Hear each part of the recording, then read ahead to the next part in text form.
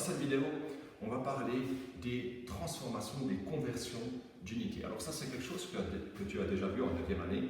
Le but, c'est juste de faire un petit rappel. Alors, on a des unités qu'on va utiliser pour des mesures de longueur. Donc, on peut parler de longueur, c'est que c'est une grandeur qui va s'exprimer seulement dans une direction.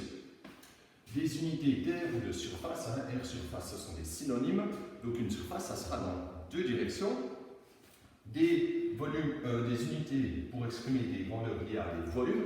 Donc le volume, on peut comparer ça au contenant de quelque chose. Tu imagines par exemple un bocal. Si tu essaies de représenter c'est quoi le volume du bocal, tu peux te dire le volume ça correspond à peu près à la contenance qu'il y a à l'intérieur. On pourrait dire si on remplit ce bocal de liquide, quelle quantité de liquide il y aurait à l'intérieur, ça correspond au volume. Et des unités de capacité, alors capacité, volume, on va voir ça, c'est lié. Les unités de longueur, tu les connais.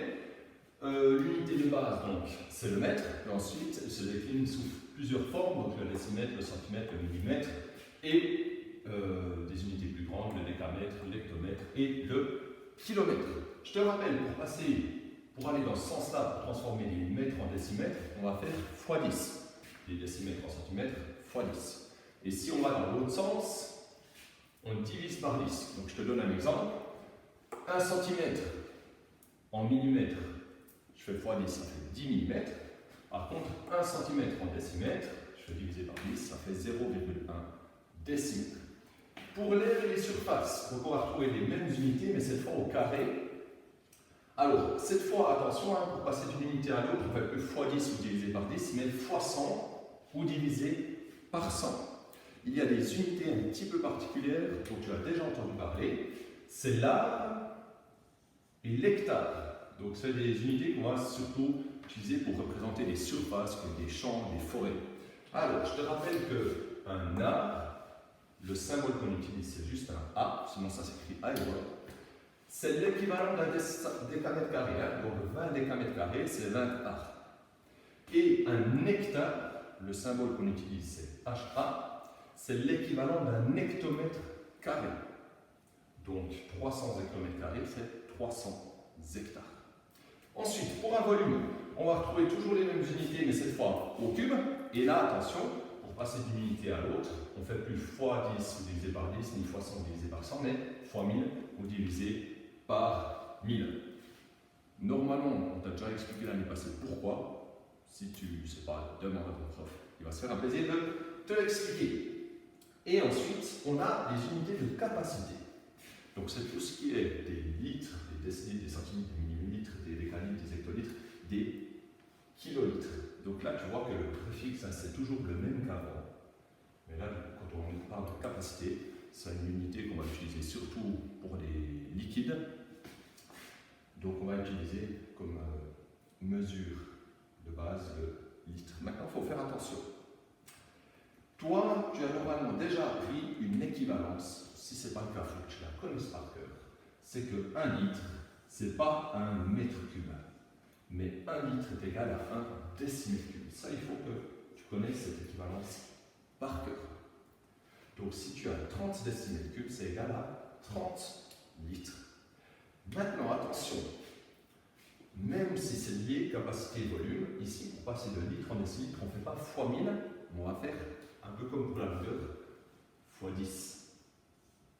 Et dans l'autre sens, divisé par 10. Donc attention, un décilitre, ce n'est pas égal à 1 centimètre cube.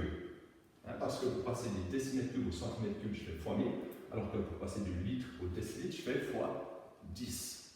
Donc en fait, pour le décilitre, on n'a pas vraiment d'équivalence.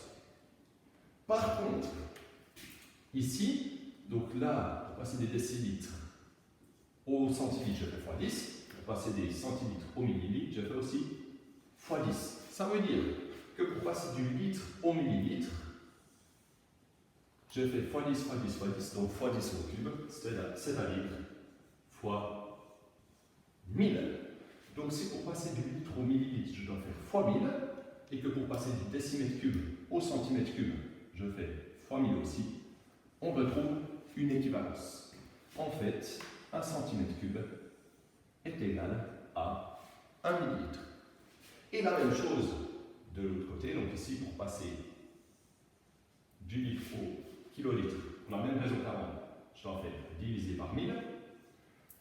Ici aussi, pour passer des décimètres cubes au mètre cube, je divise par 1000. Donc 1 mètre cube est égal à 1 kilolitre. Et on a 3 équivalences entre les unités de volume et les unités de capacité. Comment faire pour passer d'une unité à l'autre? Je te donne un exemple. Disons que j'ai par exemple 3 décilitres et que j'aimerais exprimer ça en centimètres cubes ou en millimètres cubes. Alors ce que je vais faire, c'est que je vais suivre ces différentes étapes. Je vais prendre du rouge pour ceci.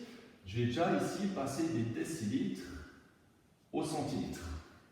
Donc pour passer des décilitres au centilitre, je fais x 10. Donc 3 décilitres, ça fait x 10, 30 centilitres.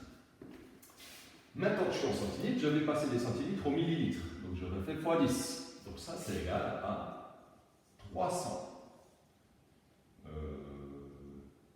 millilitres. Maintenant que j'ai des millilitres, je sais que j'ai une correspondance entre les millilitres et les centimètres cubes. Donc 300 millilitres, c'est 300 centimètres cubes. Et pour terminer, je peux passer des centimètres cubes au millimètre cube. Donc ici, je dois faire fois 1000, attention. Hein. Donc je fais 300 fois 1000. Donc ça va me donner 300 000 millimètres cubes.